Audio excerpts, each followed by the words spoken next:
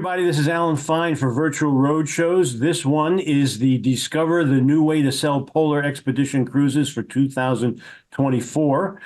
We have with us two top expedition cruise executives who are going to talk about how to sell products to the Arctic and Antarctic. We're going to talk about trends in polar expedition and the changing itineraries to suit the needs of the new polar traveler. We have a lot of them now. So let's start. Let me first introduce them. We have Chris Hanna, who's National Accounts and Business Development Manager, North America for Quark Expeditions, WAVE. And then we have Toto Vermew, who's the Sales Account Manager for Oceanwide Expedition. Hi. So you have to begin with talking about your companies, please. So Toto, would you begin to briefly tell us about yours? Absolutely. Oceanwide Expeditions is a Dutch-based company. We do have an office in Houston, and it's all family-owned. We've been sailing in the polar regions for over 30 years at the moment, and we're very proud of it. These are our specialty regions that we sail at. Seeing that we are a Dutch-based company, we are international though, so the crew, the staff on board, even in our office here based in the Netherlands and in Houston, of course, but all the passengers that come on board our vessels as well, they come from all over the world. So our main language is English, and yeah. Okay. And then for Quark, give us a little overview. Yeah, well, there's actually quite a lot of similarities between Oceanwide and Quark Expeditions. We also have been exclusively sailing in the polar regions for over 3 decades. We are based in North America, but we do have a global sourcing of guests with primarily from English-speaking, the US, Canada, UK, Australia, but then, of course, a global mix.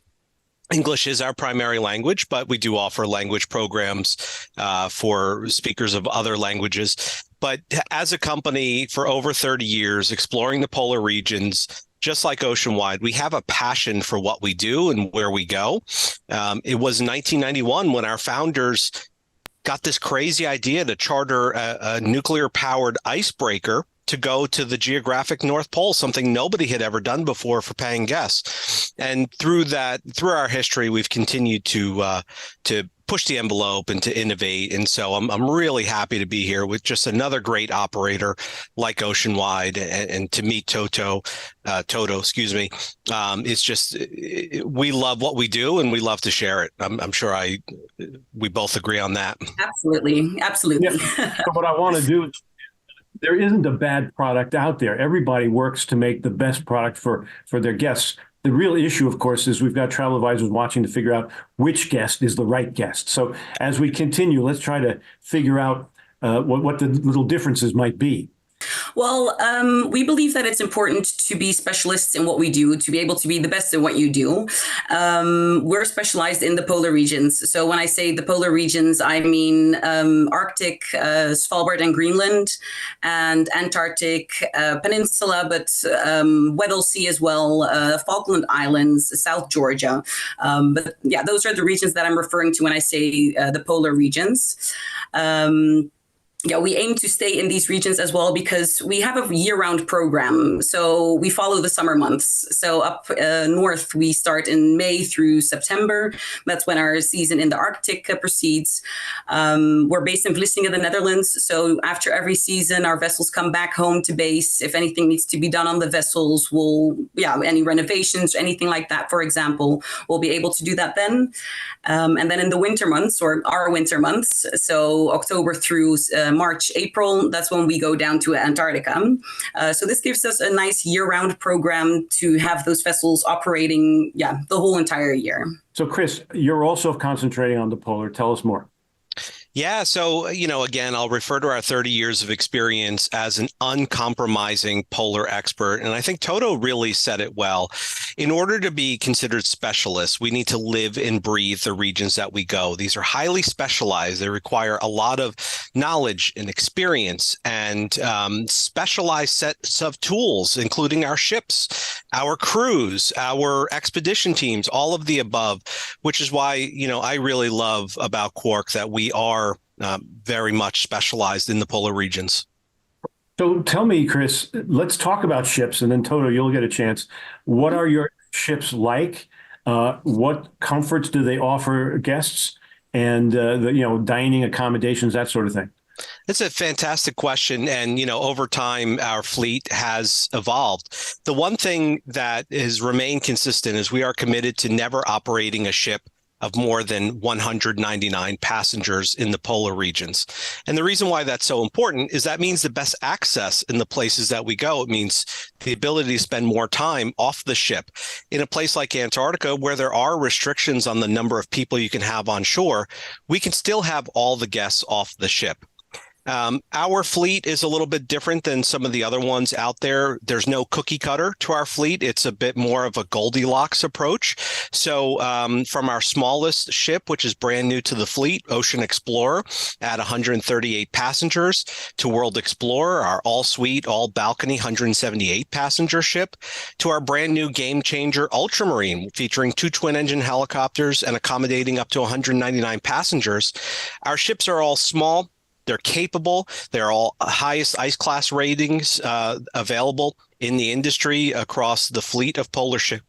And they are polar dedicated vessels. So whether it's enjoying sumptuous gourmet meals on board the dining rooms, taking in a spa treatment on Ultramarine or World Explorer, but really, I think where our fleet really shines is getting you off the ship as much as possible, taking part in a number of activities, but also being able to get to places that ships traditionally had difficulty accessing, but in the hands of the right polar passionate people with the right capabilities on those ships, we can do more.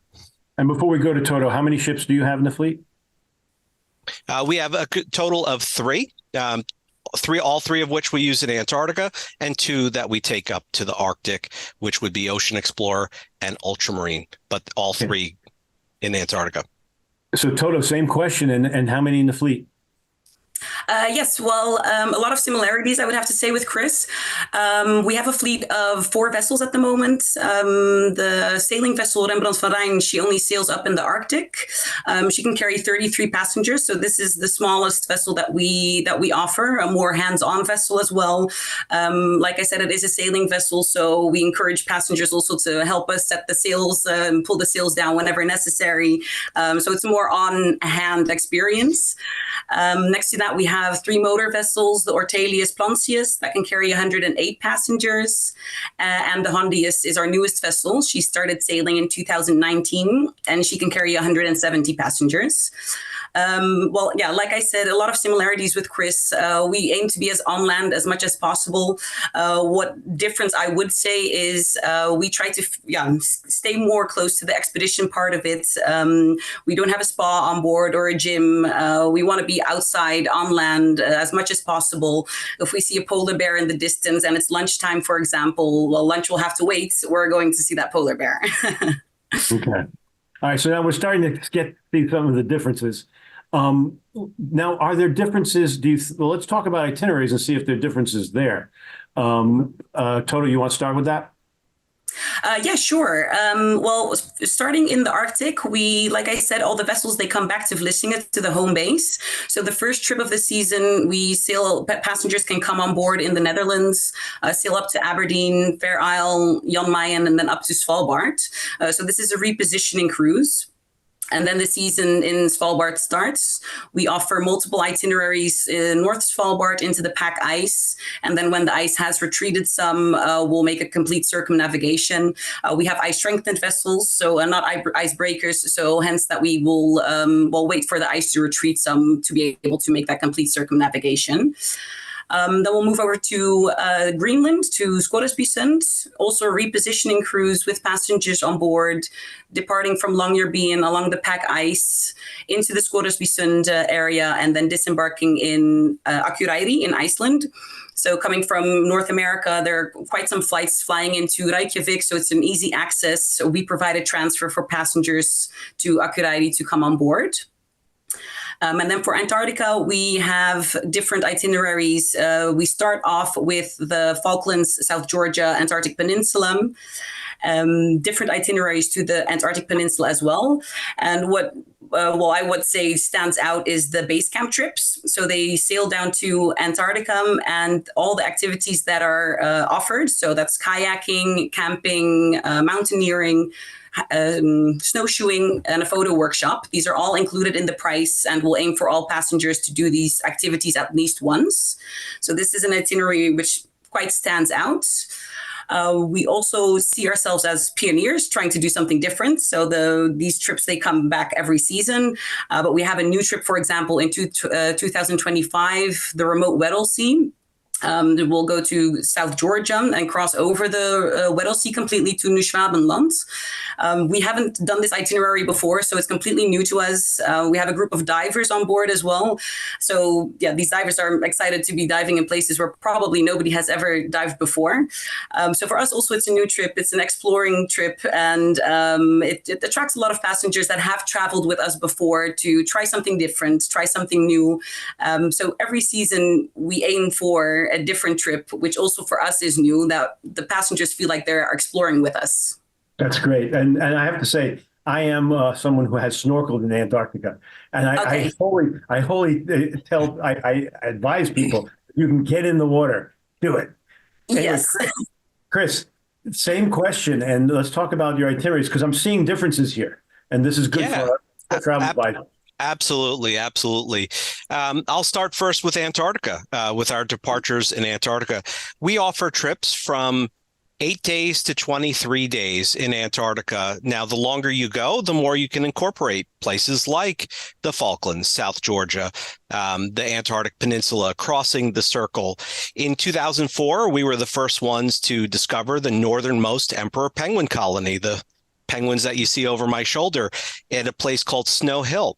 So we have continued to return there every certain number of years, typically 5 to 6 years. And we just went again in this past November using our new ship, Ultramarine, with the 2 twin-engine helicopters. And we're actually going back. We just announced that in November of 2025.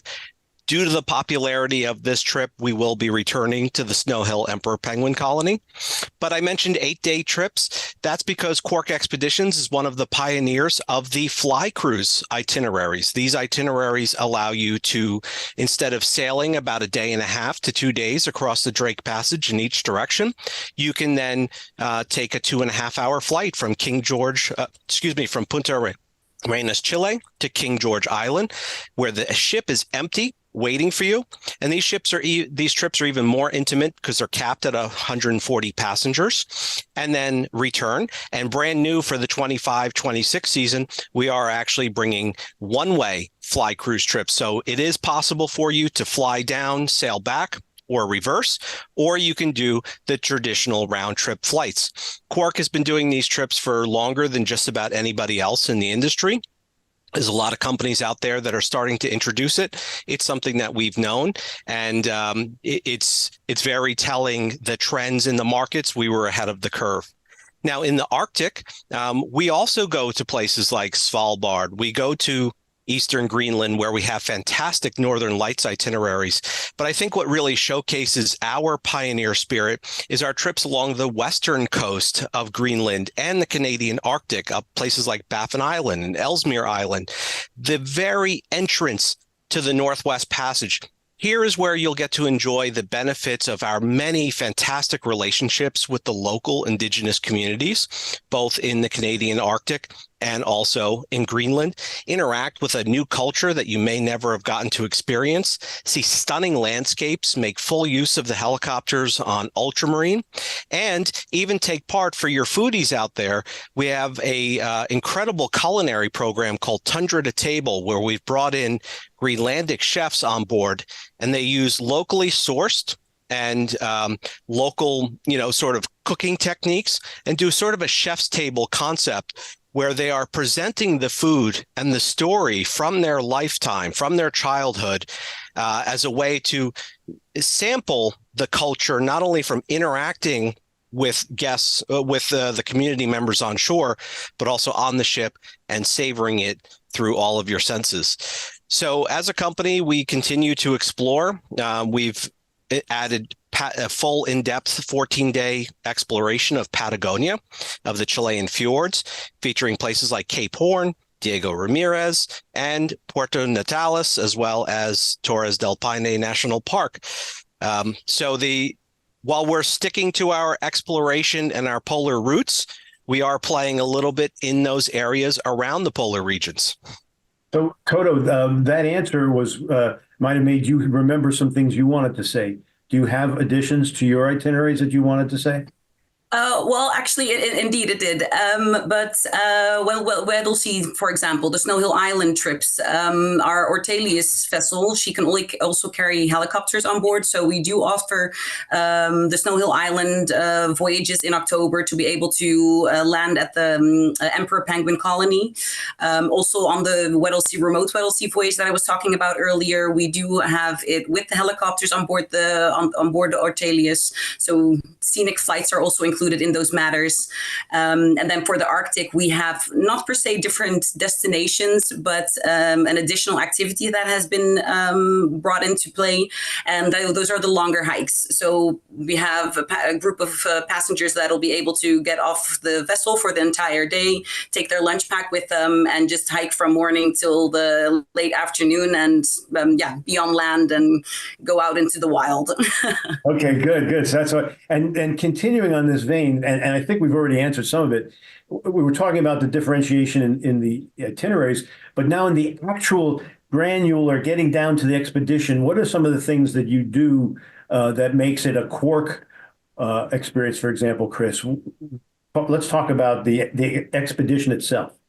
Yes. I know I'm going to sound like a broken record, but as a company that's been exploring the polar regions for over 3 decades, we've been very fortunate to build one of the most capable and experienced teams of expedition guides in the industry. These are all polar specialists. On average, our expedition leaders, our expedition guides, have over 140 polar expeditions under their belt. And that's just the average. I could also cite some of our expedition leaders like Woody, who I've sailed with, who has over 300 and has been with Quark Expeditions for nearly all of our 3 decades of history.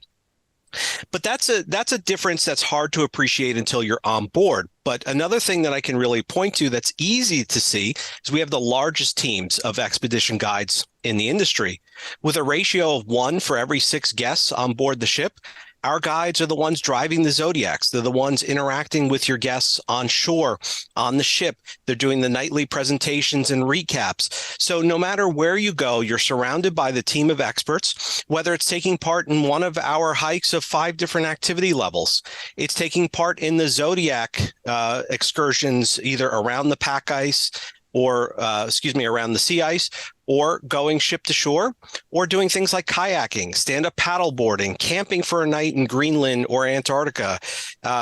You name it, you're constantly being surrounded by those teams of experts who are top-notch in the industry. That's not to say that other companies don't have incredible people working for them, but we have the largest numbers in many cases. So for us, what really makes a Quark trip different in terms of the expedition experiences come with a sense of adventure, come with a sense of exploration, and come with a sense of wanting to be surrounded by the experts at what they do.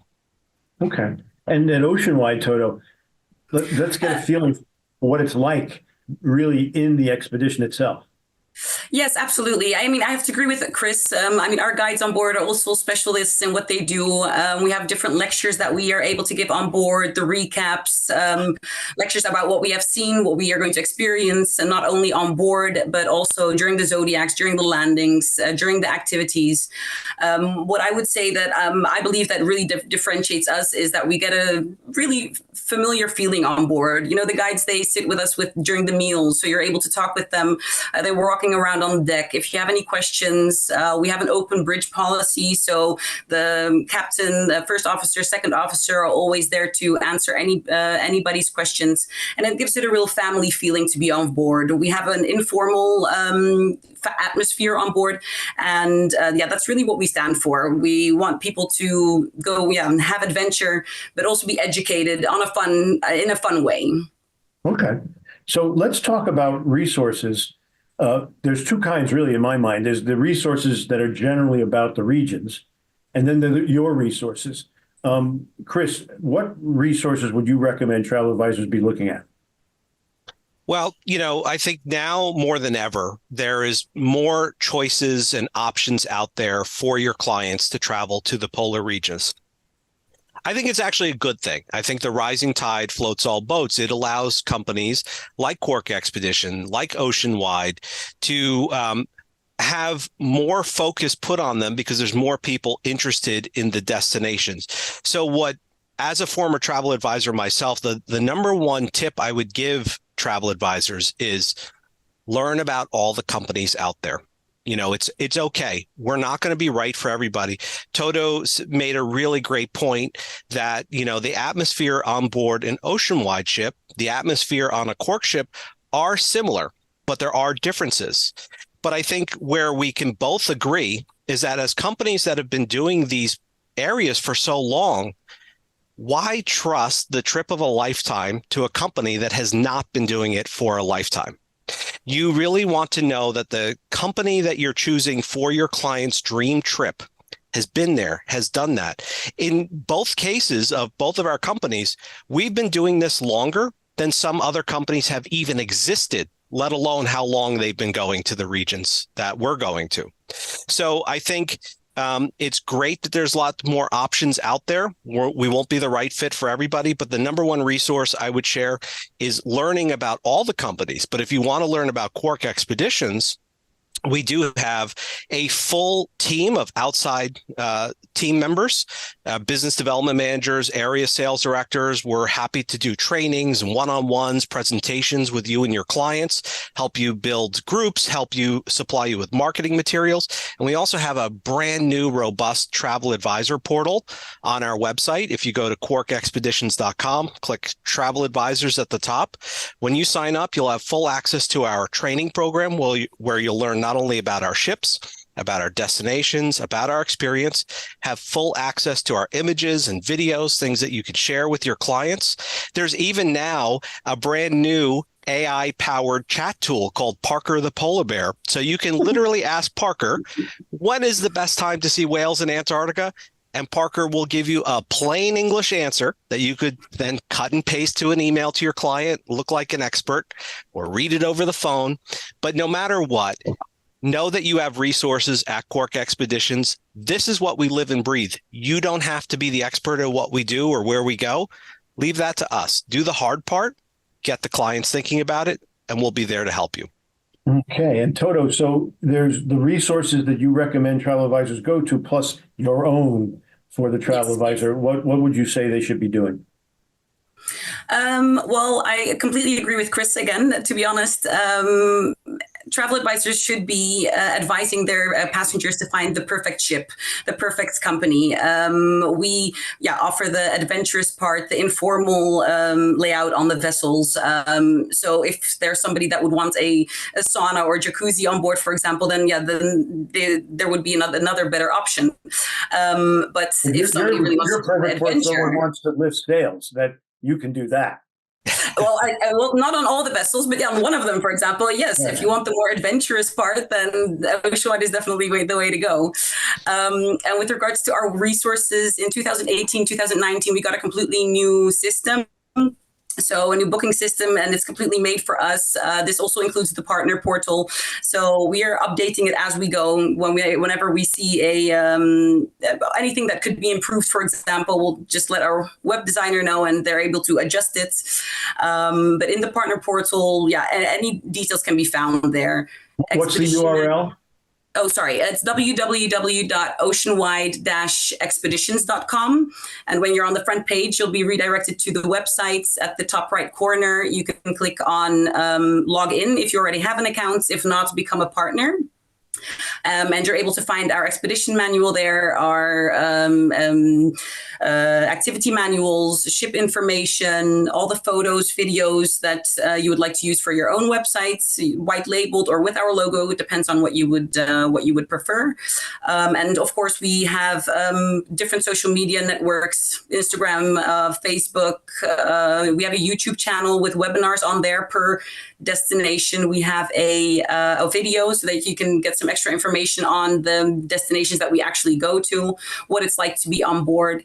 And we have a whole sales team. So if there's anybody that would need a presentation, more depth information, we are more than happy to assist with that. That's great.